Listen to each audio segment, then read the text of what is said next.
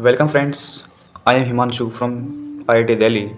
Today I will teach an important topic as a point of view to exam that career concentration in intensive semiconductors. So friend, this topic is a very important topic as an exam point of view. In exam, the most probability of this question is coming is in 10 marks or in 5 marks. So today I will discuss an whole overview of this topic. So topic name is career concentration in intensive semiconductors. तो सबसे पहले हम बात करते हैं कि ये career concentration होती क्या है। तो कैरियर कंसंट्रेशन मतलब कि जो इलेक्ट्रॉन्स होते हैं फ्री इलेक्ट्रॉन्स, वो जैसे कि सेमीकंडक्टर में पता है कि ये कंडक्शन बैंड होता है और ये वैलेंस बैंड होता है, ठीक है। तो to calculate the number of free electrons excited in conduction band, हम एज्यूम करेंगे जो इलेक्ट्रॉन है वो क्या फ्री टू मूव है, मतलब कि इलेक्ट्रॉन जा सकता है कंडक्शन बैंड के अंदर कहीं भी जाएगा। तो किसके जाएगा वो? With their atomic mass. क्या कहा? जो नंबर ऑफ इलेक्ट्रॉन्स हैं कंडक्शन बैंड के अंदर, हमने मान लिया कि वो फ्री टू इलेक्ट्रॉन है। ये एजप्शन है वैसे इसकी डेरिवेशन की, जो इलेक्ट्रॉन है वो फ्री टू मूव है और वो इफेक्टिव मास के साथ मूव कर रहा है। जो टोटल नंबर ऑफ इलेक्ट्रॉन होंगे पर यूनिट वॉल्यूम के अंदर, किसके अंदर? कंडक्शन बैंड के अंदर, तो हम उसकी एनर्जी डी होगी, उसको हम इस फॉर्मूले से रिप्रेजेंट कर सकते हैं। आप देख रहे होंगे कि एन सी क्या है आपके पास। एन सी क्या है? ये क्या है? Number of electrons in conduction band है। और जो ई सी है वो क्या है? Energy at bottom of conduction band है। जैसे कि ये हमारे पास कंडक्शन बैंड था, ये हमारे पास वैलेंस बैंड था। ये तो इन्फिनिटी होगी, ये माइनस इन्फिनिटी होगी और ये ई सी होगी। मतलब कि दिस एनर्जी है ये क्या है? कंडक्शन बैंड के बॉटम के अंदर प्रेजेंट है। तो कंडक्शन बैंड कहाँ तक हुआ? ई सी से लेकर इन्फिनाइट तक हुआ। तो हमने इसकी जो लिमिट थी वो ई सी से इन्फिनिटी ली। डी क्या है आपके पास? डेंसिटी ऑफ स्टेट्स हैं किसके अंदर? कंडक्शन बैंड के अंदर। फिर बात करते हैं एफ ई की। एफ ई क्या है? फर्मी ड्राइव डिस्ट्रीब्यूशन फंक्शन है, जो कि हमने पिछले चैप्टर के अंदर पढ़ा भी था। अब बात करते हैं कि डी ई क्या होता है। ये होता है 1/2 two m star divide by H cut का स्क्वेयर की पावर 3/2 ई माइनस ई सी की पावर 1/2 इंटू डी ई। तो डी हमारे पास ये हो गया। अब आता है फर्मी ड्राइव डिस्ट्रीब्यूशन कर्व। क्या होता है? ये होता है 1/1 प्लस ई माइनस ई एफ अपॉन में के बी टी, ये एक्सपोनेंशियल होता है। ये हमारे पास एफ की वैल्यू आ गई, ये हमारे पास डी की वैल्यू आ गई। अब क्या है? एन सी, ये क्या हुआ?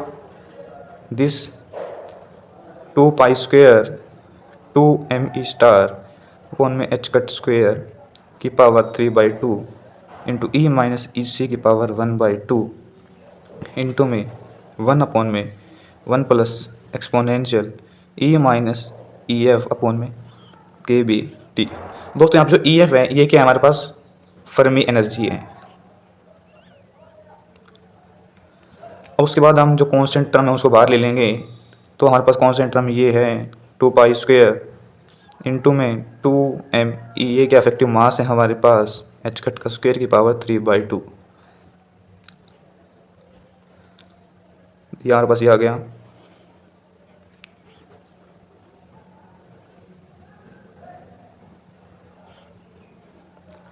अब क्या है कि एट एब्सोल्यूट टेम्परेचर पर जो exponential e minus e F है अपॉन में के बी टी है वो ग्रेटर देन 1 होगा। तो ग्रेटर देन 1 है तो हम 1 को नेगलेक्ट कर सकते हैं इसके अंदर से नेगलेक्ट करेंगे हम, तो हमारे पास क्या बनेगा? N C is equal to 1/2 pi square two m E star divided by H cut square की पावर 3/2 इंटीग्रेशन ई सी से इनफाइनाइट ई माइनस ई सी की पावर 1/2 इंटू में 1/में exponential e minus e f upon में के बी टी, ठीक है। तो अब हमारे पास ये आ गया।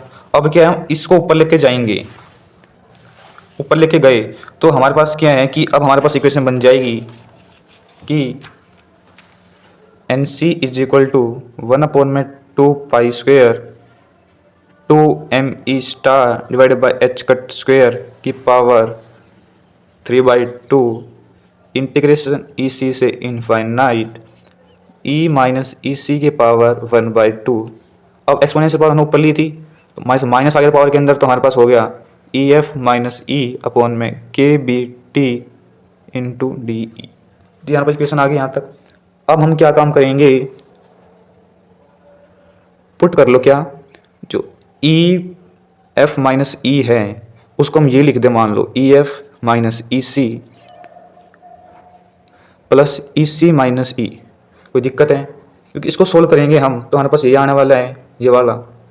अब इसकी जगह हम पुट कर देंगे इस इक्वेशन के अंदर, तो N C is equal to 1 upon में 2 pi square 2 me star upon में h कट स्क्वेयर की पावर 3/2 ई सी से इनफाइनाइट ई माइनस ई सी की power 1/2।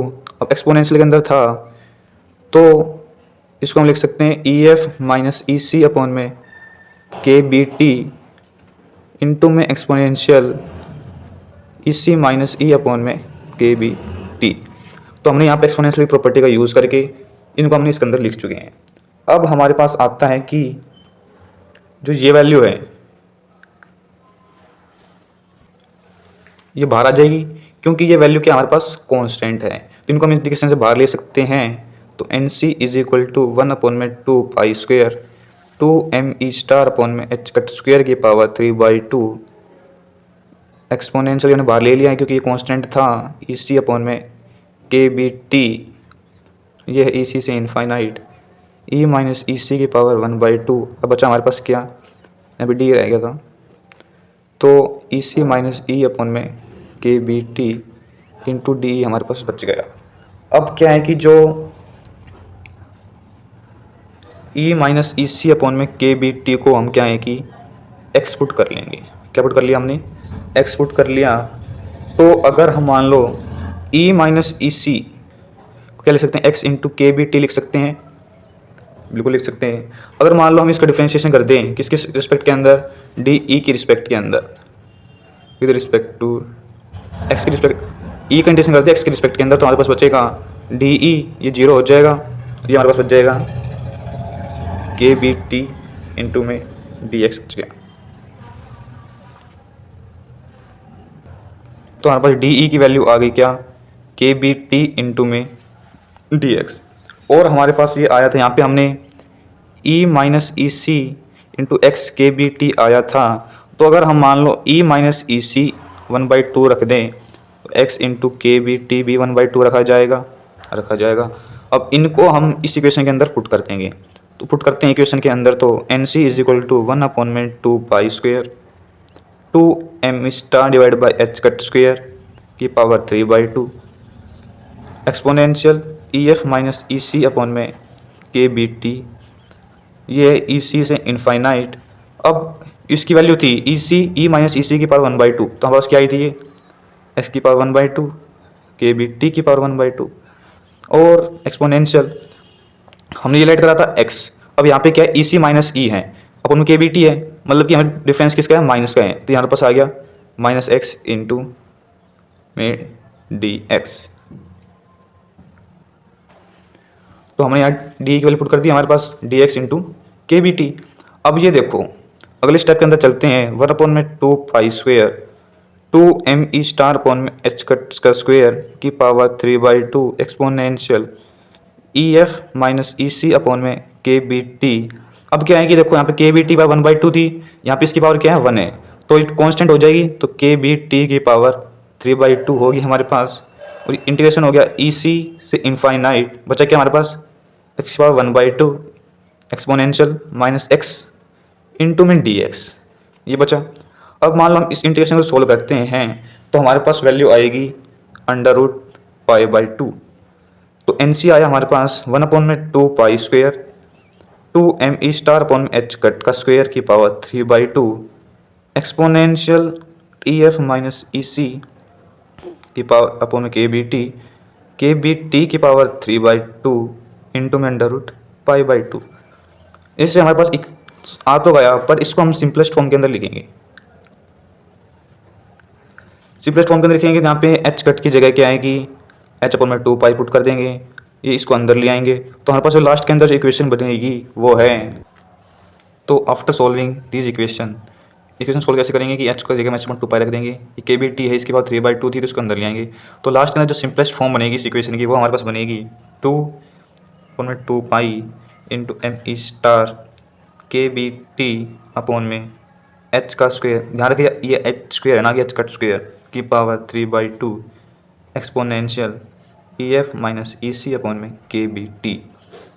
This is our last और simplest form of this to carry the concentration in intrinsic semiconductors. तो मैं I hope you understand this topic, and if you have any doubt related to this topic, so you can please comment in comment section, and please like, share and subscribe the channel.